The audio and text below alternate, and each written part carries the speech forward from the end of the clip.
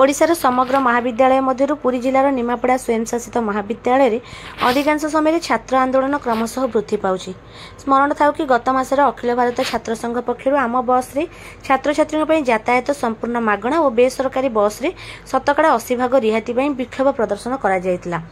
ଏହି महाविद्यालय पूर्व व्यापक परिमाण में अनियमितता और अर्थ हेरफेर अभियोग विभिन्न खबर कागज प्रकाशित होईछि। एमितिकी लक्षाधिक टंकार ऑडिट रिपोर्टर हिसाब मिलूना। ଏହି महाविद्यालय को ग्रामांचल शिक्षा व्यवस्था मेरुदंड बा ज्ञान मंदिर भाव अभिहित कराए, जहाँकि 1963 मसीह स्थापित होता। दीर्घ 62 वर्ष धरी शिक्षादान दे पुरी जिला तथा राज्य शिक्षा व्यवस्था एक स्वतंत्र स्थान अधिकार करिछि। एठारु अनेक नेता मंत्री शिक्षक शिक्षयित्री अध्यापक अध्यापिका शिक्षाविद सैनिक सांबादिक वैज्ञानिक वरिष्ठ शिल्पपति समाजसेवी तथा बुद्धिजीवी सृष्टि करिछि एही विश्वविद्यालय। एठारे कौन से शिल्पपति किंबा पुंजीपतिर पिला नुहे, बरम श्रमिक कृषक दिन मजूरिया अधिक पिला निज उच्च स्वप्न नहीं आसी थांती। यह केवल एक पुराना अनुष्ठान नुहे, बरम ओडिशा शिक्षा क्षेत्र में सुनाम अर्जन करथिबा एक लोकप्रिय शिक्षानुष्ठान, जार छात्र छात्री संख्या 7000 ऊर्ध्व। किंतु दुख और परितापर विषयटी होछि यह एक ऐतिहासिक शिक्षानुष्ठान अटे। जदिओ किछि वर्ष हेबो एही महाविद्यालयटी स्वयं चालित, किंतु ताहा संपूर्ण सरकारी मान्यता पाई पारि नाही। सरकार मध्य 7000 पिला पई आवश्यक हेउथबा भित्तिभूमि और अध्यापक अध्यापिका जोगाइबारे विफल होइछंती।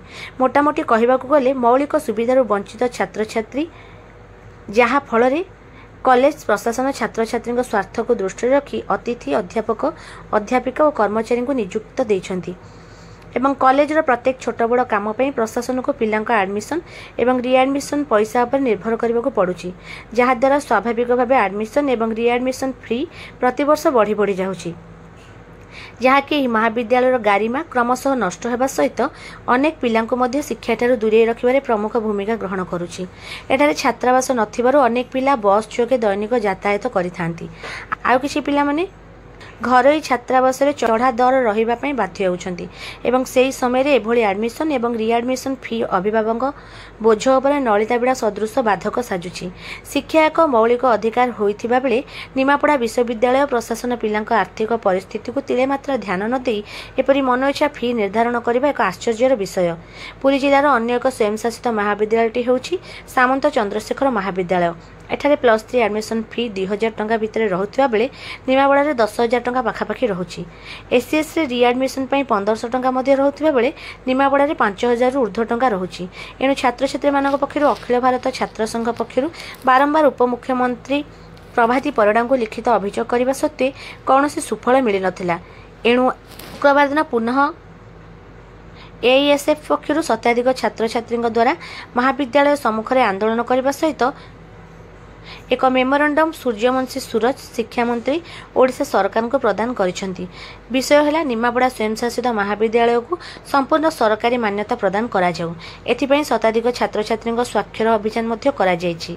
राज्य सरकार एभली एक संवेदनशील प्रसंग को तुरंत ध्यान देई हजार हजार पिलांक स्वार्थ को आखि आगे रख यथाशीघ्र कार्यानुष्ठान रूपे निमापड़ा महाविद्यालय को संपूर्ण सरकारी मान्यता प्रदान करने सह महाविद्यालय को निज दायित्व को नियंतु आंदोलनकारी छात्र छात्री पक्षरु दाबी करा जायछि।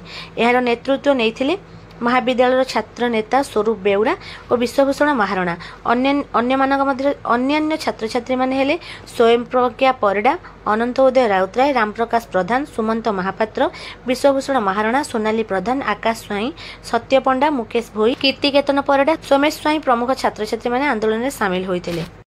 आमर प्रथम दाबी था निमापड़ा ऑटोनोमस कॉलेज जोटा कि सरकार अनुदान प्राप्त कॉलेज थिला ताको हम संपूर्ण सरकारी कॉलेज करिया पई संपूर्ण गवर्नमेंट अंडर से कॉलेज आने पे हमर प्रथम दाबी था। ताकू छाड़िया बहुत किछि दाबी थिला, जेमति कि कॉलेज रे टॉयलेट रो सुविधा नहीं, सुविधा थिले मध्ये ताको प्रॉपर काम करा जाउनी, कॉलेज रे पानी रो सुविधा थिले मध्ये ताको प्रॉपर काम कोनी, एमति एक्सवाइजेड बहुत गुडे थिला हमर प्रॉब्लम। किंतु प्रथम प्रॉब्लम होउची गवर्नमेंट कॉलेज आमे काहे कि निमापड़ा ऑटोनोमस कॉलेज संपूर्ण गवर्नमेंट कॉलेज करिया पे चाहू। आर केवल गोटे मात्र कारण होउची हमर रीएडमिशन फी जानिथिला, एडमिशन फी 10000 थिला एवं रीएडमिशन फी 6000।